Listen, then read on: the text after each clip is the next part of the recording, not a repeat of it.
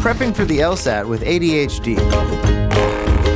Welcome back to the Blueprint LSAT channel. Today we're going to do something a little different and tackle a unique challenge, prepping for the LSAT with ADHD. It's not uncommon, and in fact, our tutors and instructors work with many students who are navigating this tricky pairing. We know it's challenging, but it's also totally doable. So we're going to get into some tips and advice to help you perform at your best during your prep and on test day. But first, don't forget to hit that subscribe button to join the Blueprint LSAT pre-law community and never miss a video. First things first, the LSAT is not a test you can cram for. It's a skills-based exam, and while it is learnable, you need to practice the testing techniques and stay sharp. This is where keeping focus can be extraordinarily hard. Distractions can be everywhere. Friends, TV, the internet, social media, whatever it may be. And while you might get approved for ADHD accommodations for the LSAT, like extended testing time or permission to read aloud, studying for it is an entirely different ballgame. So we asked a Blueprint LSAT tutor with an ADHD diagnosis how he scored an amazing 177 on the LSAT. And now we're sharing his study plan so you can hit your goal score too.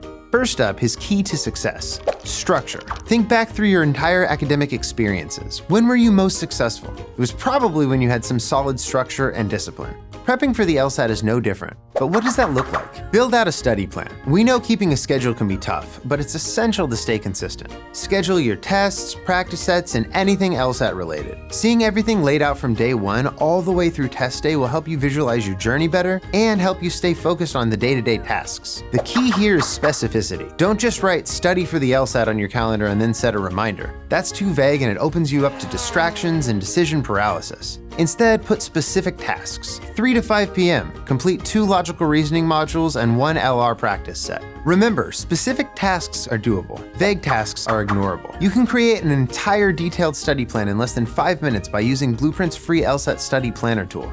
Check the description below for a link. Finally, lean on accountability. This can take many forms, but at its core, it means it's okay to ask for help. You're not alone in this. Accountability can mean a study buddy, a class, a tutor, or even just a friend or parent who checks in on you. Give yourself the grace and space to plan accordingly and navigate this journey. You'll have ups and downs, but if you stay consistent and learn from your mistakes, you'll make it through. Don't forget to check the description below for more free LSAT resources, including free classes, cheat sheets, and more. Good luck!